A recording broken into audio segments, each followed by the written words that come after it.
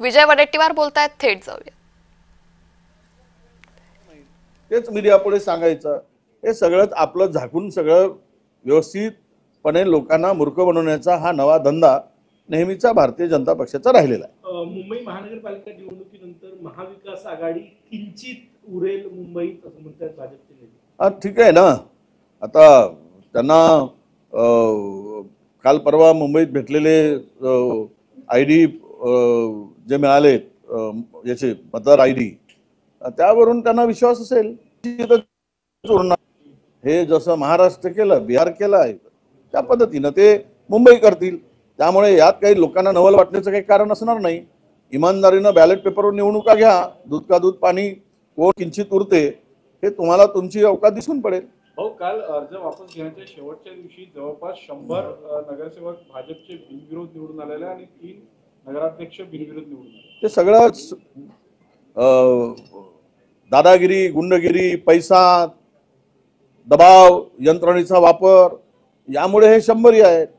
ठीक आहे, असंच करून जर पैशाचं प्रलोभन देऊन, दबाव तंत्राचा वापर करून, पोलीस बळाचा वापर करून, गुंडगिरी करून, दादागिरी करून, धमकावून जर निवडणुका होत असतील आणि अनपोच झाले म्हणून पाठ थोपटून घेत असतील तर ते होणार.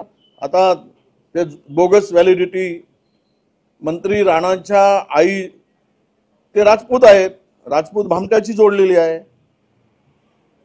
जात प्रमाणपत्र. ते राणा जे जळगाव जिल्ह्यातील मंत्री आहेत, पणन मंत्री, ते राजपूत भामटा झालेत. ते मूळ राजपूत आहेत.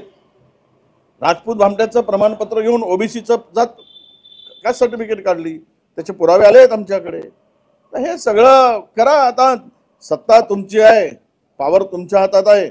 त्याचा वापर करून, यंत्रणेचा वापर करून लोकशाही पायदळी तोडवण्याचं तुम्ही ठरवलंच आहे, तर तुम्हाला कोणी रोखूच शकत नाही असा त्याचा अर्थ होतो. मुख्यमंत्र्यांचे मामे भाऊ सुद्धा बिनविरोध चिखलदरामध्ये झालं ना. तेच विचारला, त्याचंच उत्तर मी दिलं. परत पुन्हा ते काय मामे भाऊ येऊ देत, उद्या आते भाऊ आणतील, सगळंच आणतील. त्याच्या संदर्भातली यशोमती ठाकूर आमच्या मंत्री आहे, माजी मंत्री, त्यांनी त्याचं उत्तर काल दिलेलं आहे. माळेगावच्या प्रचारात अजितदादा काल म्हटले की मत तुमच्या हातात आहे, निधी देणं माझ्या हातात आहे.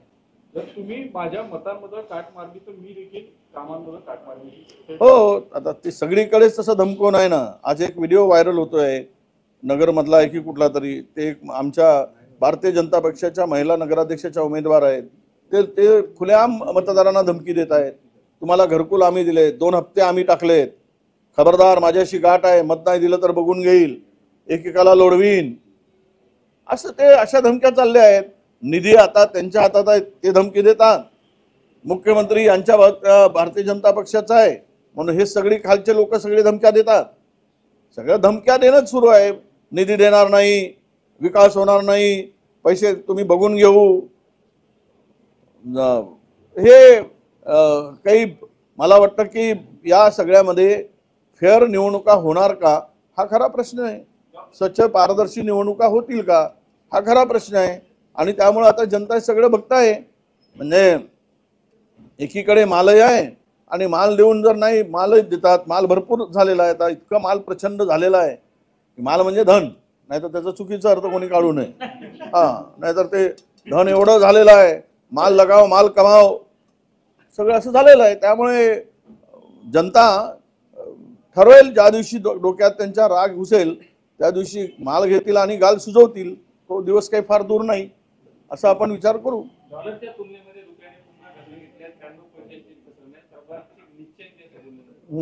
आता पद सुधारत आहे ना. रुपया घसरला की भारतीय जनता पक्षाच्या सरकारची पद सुधारते, म्हणून रुपया त्यांनी कमीत कमी खाली आणावा, म्हणजे यांची पद फार देशभरात सुधरेल. थोडी जनाची नाही तर मनाची ठेवली तर त्याचा अर्थ लोकांना कळेल.